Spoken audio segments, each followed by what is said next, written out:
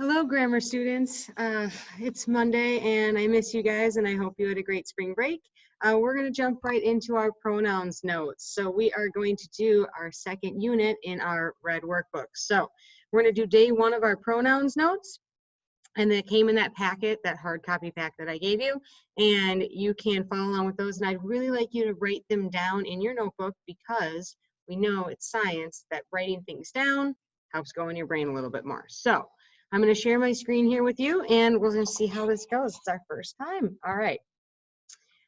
Here we go. I think we're there. Okay. So I'll get this in full screen. Okay.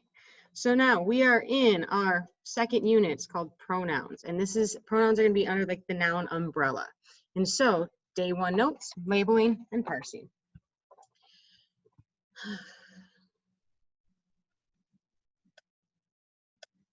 Okay, so our pronouns, the definition is that they are a word that takes the place of one or more nouns, stands for or takes the place of. Their label is pro, P-R-O. Now that might be confusing with proper noun because proper noun starts P-R-O as well, but remember proper noun is a capital P, capital N. Pronouns are pro. And they can do any job that any other noun can do. So if a noun can be a subject, we're going to talk about that later, a pronoun can do it as well. They just underneath the noun umbrella, they're the same thing, just a little bit different.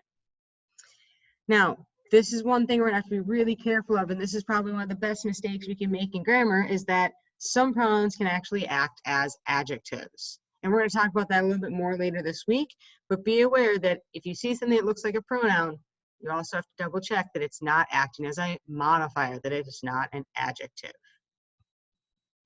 We'll do one example here together. Jane said she was bored, so I gave her his book.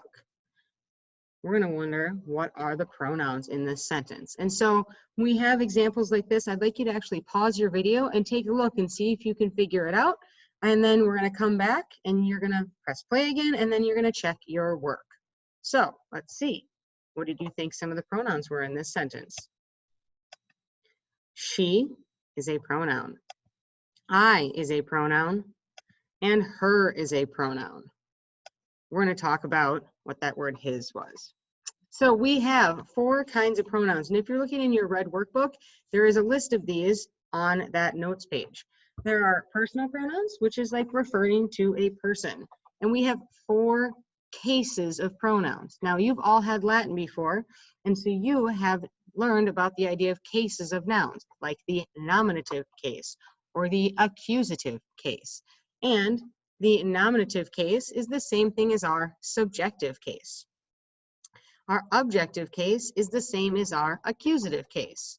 We're going to talk about that a lot more tomorrow, though. Demonstrative, that is referring to specific people or things, like that pencil. Interrogative is used to ask questions. Those can still be of subjective, objective, possessive, and no case. And then we have our indefinite pronouns that don't refer to specific people or things. They are not definite. Remember, you can pause so that you can make sure you're taking these notes down in your notebook. You're not going to like this, but how do we learn pronouns? Memorize, memorize, memorize. That's it. That's the only way we can really learn our pronouns, is we memorize that list. But remember, since grammar is an open note class, you have a full list in your grammar workbook. Therefore, you can always use that, but if you memorize it, it makes your job a little bit easier. Now, there's this cool new thing. It's one of my favorite parts of grammar, is this idea of an antecedent. We have pronouns and we have antecedents, and they go together. So we use pronouns to replace words in a sentence so that we don't have to repeat the same names twice. Like, Miss Doyle went to the store and Miss Doyle found some really good cookies, and Miss Doyle decided to buy those cookies, and then Miss Doyle went home and ate those cookies. That sounds weird. So we would say something like, Miss Doyle went to the store and she found some really great cookies, and then she bought them and took them home, and then she ate them.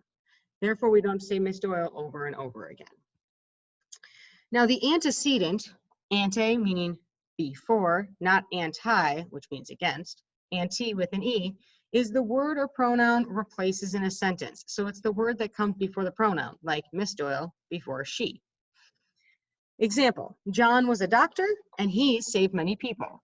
Now again, I want you to think about yourself. Who is John who is he restating? Shoot, I think I just gave you the answer there. He is restating John. So John was a doctor and he saved many people. This is something we kind of know already. We use it all the time when we speak, but sometimes it's a little bit more difficult when we're actually looking at sentences on the paper. Remember, you can pause at any time to make sure you catch up with the notes, because I'm actually going to move on to the next slide.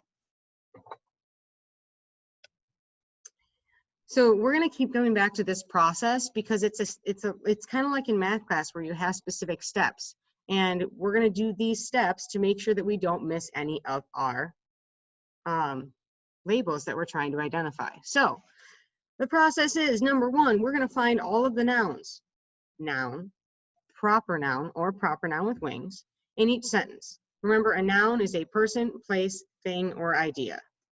Then I want you to go back, number two, to each noun and ask which. Remember, which answers is an adjective question or modifier question. So label the articles and the adjectives that answer this question. We talked about the idea of the red truck. Which truck? The red. So when you ask that which question, you go back and find those modifiers. And then finally, after you've done those things, I want you to go through and find all the pronouns that you'll label pro in this sentence. And this is going to be a lot of flipping back and forth to that first page of notes, because that list is comprehensive, meaning it has all of them in it. Let's do some sentence examples. We're going to do these 3 sentence examples, and then your task tonight is going to be to do the first five sentences in your grammar workbook. Now you can, if you would like to, do all 10. That can be you going above and beyond. That's kind of like some extension work, but I'm only requiring the first 5 sentences in your grammar workbook for homework. So our first sentence example, you caught Mrs. Little's attention at the Mall of America. First thing we're going to do is do all of our nouns and proper nouns. Attention, I-O-N word. Mall of America, proper noun with wings. Then you're going to go back and ask those which questions. Which attention? Mrs. Little's. Remember that apostrophe S means it's an adjective. And then which Mall of America? The Mall of America. Finally, you're going to go back and see if you can find any pronouns from that pronoun list. And in this sentence, we have one. It's you. You is always a pronoun. You and I, he and she are always pronouns. Remember, you can write these down in your notebook and you can pause at any time that you need to. Number 2, he sat at an open table hiding his fear. Remember our process. Number 1, we're starting with our nouns and proper nouns. Table, fear, both are common nouns. One word, not capitalized. Then we're going to go which table or which fear. So which table, and open. And open are both describing which table. Remember, and the articles a, and the are modifiers. Then we have one more noun we need to ask which for. Which fear? His fear. Now some of you are like, Miss Doyle, his. That is a pronoun in my notes, and I'm going to say I know. However, here it is acting as an adjective answering a which question, which fear. Again, we're going to come back and do some more practice with this on Tuesday and Wednesday. So don't worry about if you're not, following along. Just we'll do more practice. Finally, number 3. Oh, sorry. Are there any pronouns in number 2? There is. He. Like I said, he, always a pronoun, just like you and I and she. Lastly, number 3, I walked through the door and a narrow line of brave soldiers marched through it. Let's do our nouns and our proper nouns. Door. Line. Oh no. Soldiers. Any other nouns? I don't think we have any more nouns. Now we're going to ask those which questions. Which door? The door.